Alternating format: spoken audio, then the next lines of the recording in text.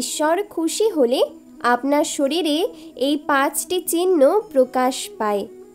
আজকের এই ভিডিওটির মাধ্যমে আমরা জানব যে ভগবান যখন তার ভক্তের প্রতি সন্তুষ্ট হয় তখন কোন কোন সংকেত দেখতে পাওয়া যায়।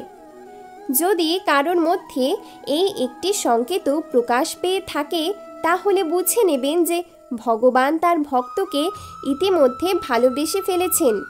এমনটা দেখা গিয়েছে যে যখন কোনো মানুষ ভগবানের প্রিয় ব্যক্তি হয়ে যায় তখন তার মধ্যে এই সংকেতগুলো প্রকাশ পায় এবং এই সংকেতগুলো অত্যন্ত গুরুত্বপূর্ণ কিছু সংকেত, যেগুলো হয়তো আমাদের মধ্যে অনেক সময় প্রকাশ পায় কিন্তু আমরা সেগুলোকে বুঝতে পারি না। তাই এই সংকেতগুলো কি সেগুলো আমাদের অবশ্যই জানা খুবই প্রয়োজন, কারণ এই সংকেতগুলোর দ্বারা ঈশ্বর আমাদেরকে অনেক কিছুই বুঝিয়ে দেয়। এরকমও দেখা যায় যে অনেক মানুষ হয়তো ভগবানের কাছে কোনো একটা কিছু নিয়ে খুব প্রার্থনা করছে এবং ভগবান সেটা কোনো একটা সংকেতের মাধ্যমে বুঝিয়েও দিল, কিন্তু সে সেই সংকেতটি কিছুতেই বুঝতে পারল না। তাই এই ভিডিওটি অবশ্যই মন দিয়ে শুনুন। যদি এই সংকেতগুলোর মধ্যে কোনো সংকেত আপনার মধ্যে থাকে তাহলে ভাববেন আপনি খুবই ভাগ্যবান। 1 নম্বর, যেই ব্যক্তি সঠিকভাবে দিনকে বুঝে যায় ভগবান তাকে নিজের প্রিয় পাত্র বানিয়ে নেন। ভগবান দুনিয়া তো সবাইকেই দান করেন, কিন্তু যে দিনকে বুঝতে পারে অর্থাৎ কি করে দিনের বেলা সঠিকভাবে সময় কাজে লাগিয়ে থাকে সেই ব্যক্তি ভগবানের খুব প্রিয় হয়ে থাকে। ভগবান যখন কারোর ওপরে সন্তুষ্ট এবং খুশি হয়ে থাকে তখন তার চেহারা আস্তে আস্তে উজ্জ্বল হতে থাকে। তার চেহারাতে একটা আশ্চর্য রশ্মি চলে আসে, অর্থাৎ ভগবান যখন কারোর ওপরে খুশি হয়ে যায় তখন সেই ব্যক্তি পৃথিবীর সামনে নিজের কথার অঙ্গভঙ্গি হাসির মাধ্যমে প্রকাশ করে। সেই ব্যক্তি প্রত্যেক সময়ই খুশি থাকে। তাকে দেখে মনে হয় যেন তার থেকে বড় সুখী ব্যক্তি পৃথিবীতে আর কেউ নেই। মনে হয় তার এই দুনিয়াতে আর কোনো দুঃখ নেই। এই খুশি কিন্তু প্রত্যেকের ভাগ্যে জোটে না। 2 নম্বর, তার হৃদয় আলোকিত হয়ে ওঠে, অর্থাৎ সে প্রত্যেক অবস্থাতেই ভগবানের প্রতিশ্রুতির ওপরে বিশ্বাস স্থাপন করে থাকে। তার কাছে কিছু থাকুক অথবা না থাকুক, কিন্তু তার হৃদয়টা এতটাই খুশি হয়ে থাকে যে তার কোনো কিছু পাওয়ারই থাকে না।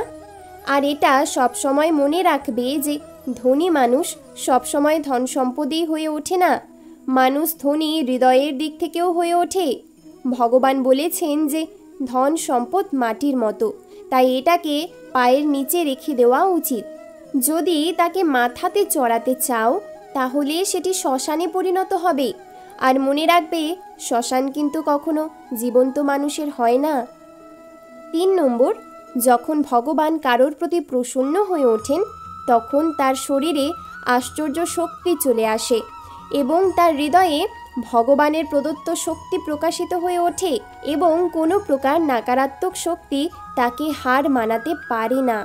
কোনো অশুভ শক্তির সাথে মোকাবিলা করার জন্য যে শুভ শক্তির প্রয়োজন তা ভগবান তার মধ্যে সৃষ্টি করে দেয়। 4 নম্বর, ভগবান যখন কারোর প্রতি খুশি থাকে তখন সেই ব্যক্তির কাছে যতটুকু ধন সম্পত্তি থাকুক না কেন সে তাতেই সুখী থাকে এবং সেই কারণেই ভগবান তাকে আরও ধন সম্পদ দান করেন।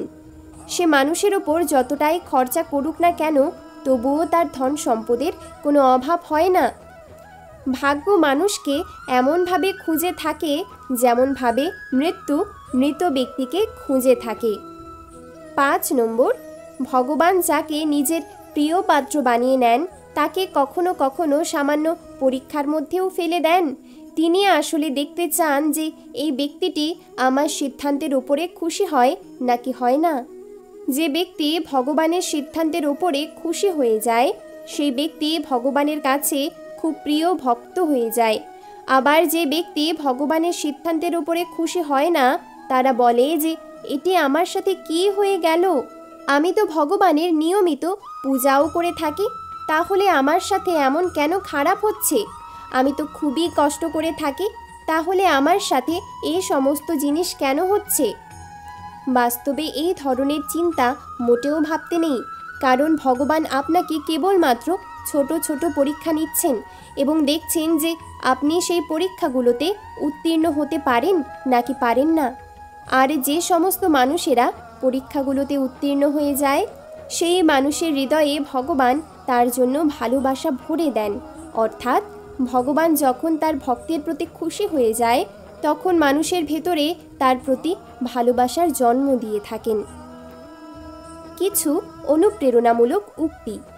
প্রেম নয় বরং কেয়ারিংকে গুরুত্ব দিন, ভালোবাসা আপনা আপনি চলে আসবে। ব্যর্থতাকে নিয়ে চিন্তা করবেন না, কারণ আপনাকে একবারই মাত্র সঠিক হতে হবে। কখনো ছাড়া উচিত নয়, কারণ চাবিগুচ্ছের শেষ চাবিটাও কিন্তু তালা খুলতে পারে। যাদের নিজের কোনো যোগ্যতা থাকে না তারাই অন্যদেরকে নিয়ে বেশি সমালোচনা করে। এটা ভেবো না যে কে কখন কোথায় কেন বদলে গেল, শুধু এটা ভেবো যে কি দিয়ে গেল আর কে শিখিয়ে গেল। কোনো কিছু যদি সত্যিই তোমার কাছে গুরুত্বপূর্ণ হয় তবে তা তুমি করবেই, কোনো বাধাই তোমাকে থামাতে পারবে না। সমালোচনা তারাই করে যাদের নিজের ভালো কাজ করার ক্ষমতা নেই এবং অন্যের ভালো কাজ যারা দেখতে পারে না। যেখানে পরিশ্রম নেই সেখানে সাফল্যও নেই। পরিচয় দ্বারা পাওয়া কাজ কিছু সময়ের জন্যই থাকে, কিন্তু কাজ দ্বারা প্রাপ্ত পরিচয় সারা জীবন থাকে। জীবনকে একটা লম্বা যাত্রাপথ মনে করে এগিয়ে যাও। তোমার উদ্দেশ্য ঠিক থাকলে একদিন সঠিক পথের সন্ধান পাবেই। ভুল তারাই করে যারা কর্ম করতে থাকে অকর্মণ্যদের মতো। অপমান করতে যোগ্যতা লাগে না, তবে সম্মান করতে শিক্ষা লাগে। মন পরিষ্কার রাখুন, কারণ শেষ হিসাবটা অর্থের নয় কর্মের হবে। নিজেকে নিজেই সামলাতে শেখো বন্ধু। এই শহরে মানুষ আবহাওয়ার মতো পরিবর্তিত হয়। তর্কে নয়, আমি দূরত্ব বাড়িয়ে গুরুত্ব বোঝানোর জন্য বেশি বিশ্বাসী। নিজের প্রতি সৎ থাকো, নিজের ওপরে বিশ্বাস রাখো, তাহলে সব কিছু করতে সক্ষম হবে। পৃথিবীতে কোনো শক্তি নেই যা তোমার বাধা হিসেবে দাঁড়ায়। টাকা পয়সা না থাকলেই কখনো গরিব হয় না। প্রকৃত গরিব তো সে হয় যার একটা সুন্দর মন নেই। নিজের ওপরে বিশ্বাস রাখো, তোমার দ্বারাই সব সম্ভব। জগতে এমন কিছু নেই যা তুমি পারবে না। এই সংকল্প নিয়ে তুমি এগিয়ে যাও, তুমি সাফল্য পাবেই।